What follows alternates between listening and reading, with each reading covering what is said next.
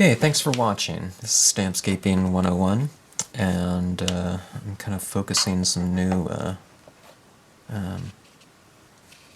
scenes based on some of the new designs that were just received. I have a couple test sheets here, and I'm testing out these designs for the first time. Kind of an exciting and period of time for a kind of a designer once you get your stamps back, and you can kind of test out and make sure that first of all everything's technically right about the designs as far as the rubber goes and the printing aspect of things, making sure the plates are all correct, and also just seeing if the designs are working the way that you'd kind of hoped they would, you know, in terms of the interlocking aspect of them, you know, which you don't really have to worry about with a lot of other forms of stamping. Okay, this scene right here, I thought it, you know, I've had some questions recently about winter scenes, you know, how do you stamp a winter scene or a snow scene?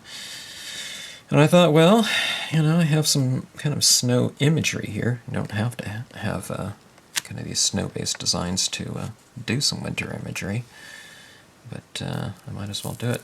This right here is called, I have this Acrylic Blog, and if I didn't mention it in the past video, I mentioned this is called Tack and Peel, and there's a kind of this thin, real sticky sheet that's been applied to the other side of this block, and it's reusable. And I guess if it ever loses its tack, you just kind of wipe, you know, put it under, you know, some running water and just let it air dry, and it regains its tackiness. And that's what I'm using right here. These designs, for right now, are available, you know, in unmounted form. Just in rubber only. They'll be eventually available in cling form,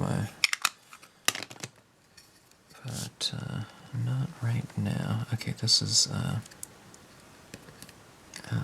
think this is called Snow Texture or something like that. Yeah, I think Snow Texture. I just named these stamps the other day, too. And kind of when you come up with these stamps, when you start naming and coding them, it's they often undergo you know, a few changes in name. So I think that's the one that I ended up with, Snow Texture. Okay, all right.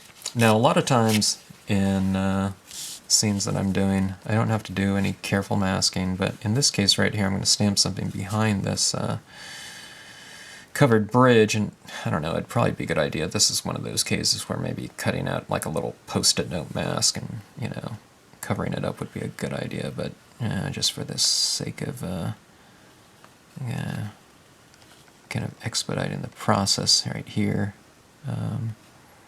because I didn't do it ahead of time, is I'm just going to use a little paper towel. Okay, and let's go for, let's see, let me put this on the bottom right here. This is really tacky, so I want to make sure that this part doesn't stick to the scene, so maybe I'll have it up a little bit higher. Let's try something like this. I'm going for some of that snow texture in the background, like so, and cover up that side of the covered bridge. I have to kind of think about it every time I'm kind of talking about these designs. I have to kind of remember what their names are. Okay, some snow in the background, and I could have done a moon or something like that, but yeah. Let's see. Let's go for some of these trees.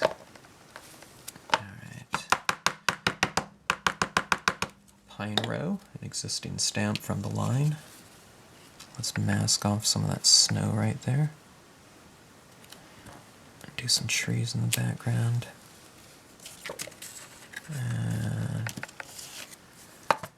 Let's see.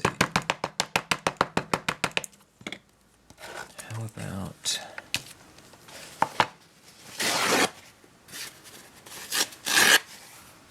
simple mask like that? I'll go about like so.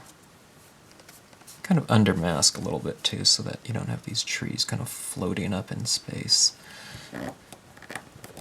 And if they are floating up, then, I don't know, add some pigment ink below them or something like that to make it look like they're kind of disappearing into the mist. Okay, you know what I just thought of? Let's do that thing where we work a little bit of depth into the scene.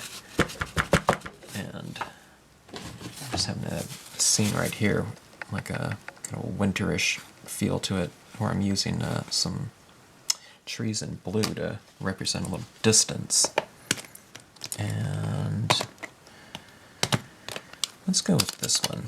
This is a very dark blue, and it's not exactly the blue that I want. I want kind of a lighter blue, but in that same kind of hue, but just a lighter value. I'll cover up my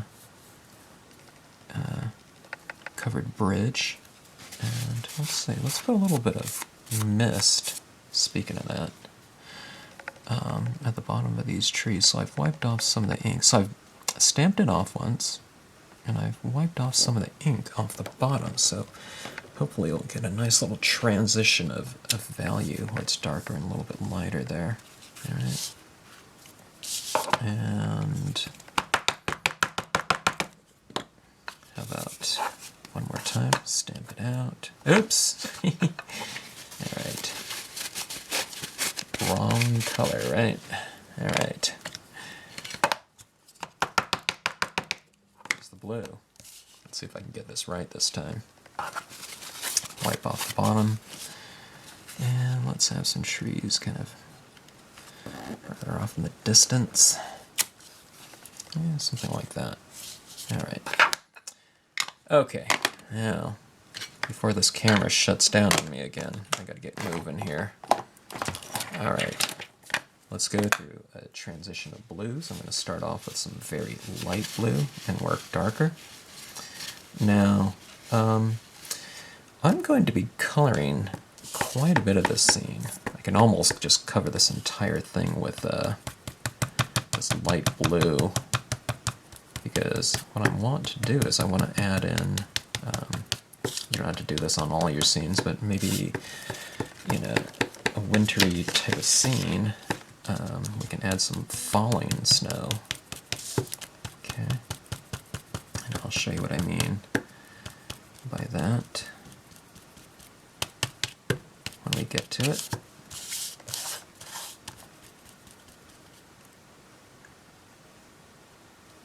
Okay, coloring in the side of that. See, just that little shading right there on the vertical sides of structures. It really starts to, give a little bit more of a three-dimensionality, is that a word, to it. It kind of defines the different planes. These are the vertical planes right there.